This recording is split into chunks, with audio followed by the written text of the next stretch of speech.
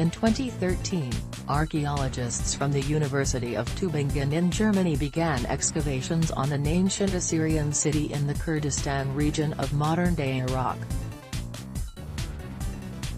While they were able to establish the city dated back as early as 2800 to 2650 BCE, they weren't sure exactly what city it was that they were excavating, according to Owen-Jarvis at Live Science. That is until last summer. While digging in a site that was once a palace, they unearthed 92 cuneiform tablets hidden in a piece of pottery that revealed where, exactly, they were working, the lost city of Mardiman.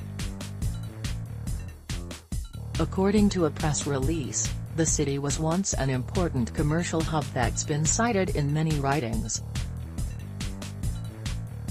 Over the course of its 1,000-year history, Mardiman was captured, destroyed and rebuilt several times. Notably, during that time span, its position on trading routes between Mesopotamia, Anatolia and Syria made it a desirable slice of geography. It served for a time as a capital of a Mesopotamian province and at one point was its own independent kingdom. The crumbling tablets were deciphered by Bettina Feist of the University of Heidelberg, who is a specialist of the Assyrian language. Using photographs of the texts, she found that they date from the Middle Assyrian Empire and reveal that Mardiman was the administrative seat of a previously unknown Assyrian province. The texts appear to be documents from a governor of the province named Nasir, and they describe some of his daily activities. The find adds a coda to the long story of Mardiman. By the time it appears in the historical record around 2250 BCE, it was already established and was leveled by Naram Sin, who ruled the Akkadian Empire, the first multinational empire in known history.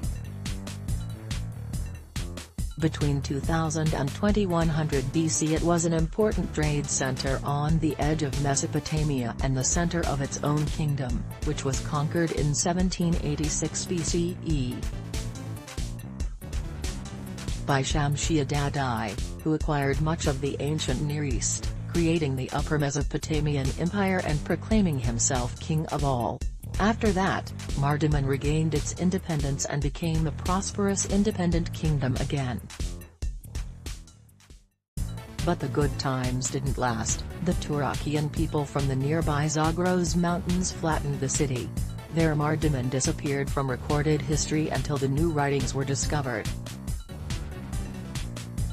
The cuneiform texts and our findings from the excavations in Bassetki now make it clear that that was not the end, Peter Faltzner of the University of Tübingen, who was heading the excavations, says in the press release.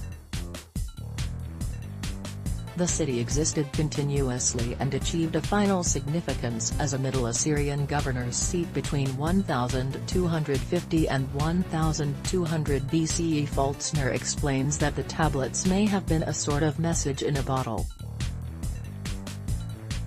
They were found in the earthenware vessel covered in a thick layer of clay. They may have been hidden this way shortly after the surrounding building had been destroyed. Perhaps the information inside it was meant to be protected and preserved for posterity. Mardiman is not the only lost city in Iraq. Last month, officials revealed that looted artifacts purchased by Hobby Lobby likely came from a lost Sumerian city in the country called Sagrig. Last year, researchers also revealed that they are using quantitative analysis to find the locations of 11 lost Assyrian cities by analyzing 12,000 cuneiform tablets from traders, who moved merchandise between those cities and other known cities in the Bronze Age. Correction, May 16, 2018, in an earlier version of this story, Mardiman was misspelled in the deck. We regret the error. Like this article? Sign up for our newsletter.